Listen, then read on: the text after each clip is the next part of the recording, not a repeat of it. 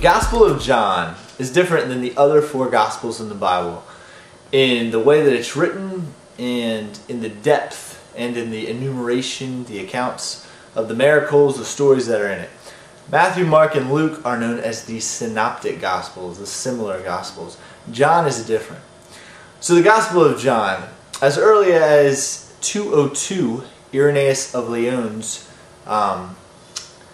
notes that this Gospel was written by John. The church throughout the centuries has always attributed unanimously this Gospel to the authorship of St. John.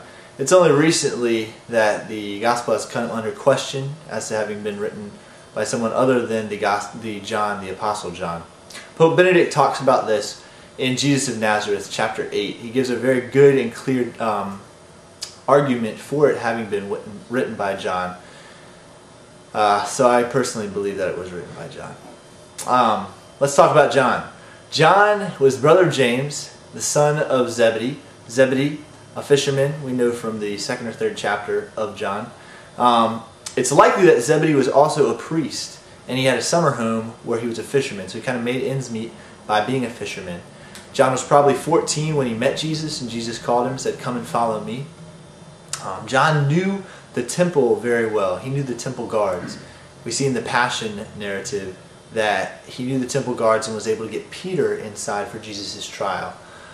So John probably was very knowledgeable of Jewish customs, Jewish liturgy, and he brings this into his gospel. When we read the Gospel of John, we need to pay attention to every word. Sometimes Jesus will talk about my flesh, and then he'll talk about the flesh. And it's little things like that that mean completely different things. In the first 3 lines of the prologue of John, in the beginning was the Word was with God, and the Word was God. That's crucial right there. The Jehovah's Witness, they put a small letter A in that. It says, in the beginning was the Word was with God, and the Word was a God. So we need to have a good Bible when we read the Gospel of John. That's important. A good Catholic Bible at that. What does John pay attention to? What are we looking for when we read the Gospel of John?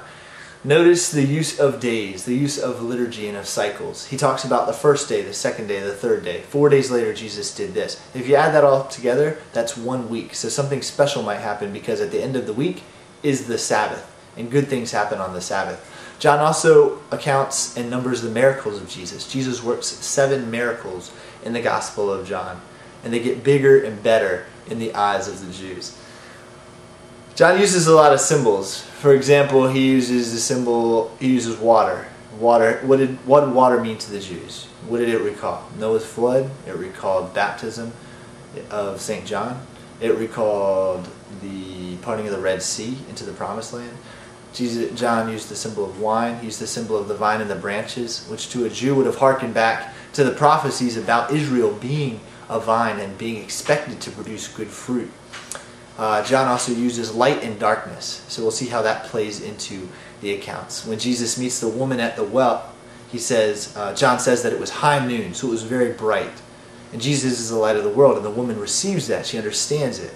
There's light. Boom, light bulbs going off. In the darkness, that's when Nicodemus comes to Jesus, and he doesn't understand baptism. That's when Judas betrays Jesus. It says, Judas betrayed Jesus, and then John immediately notes that it was night. Darkness had fallen.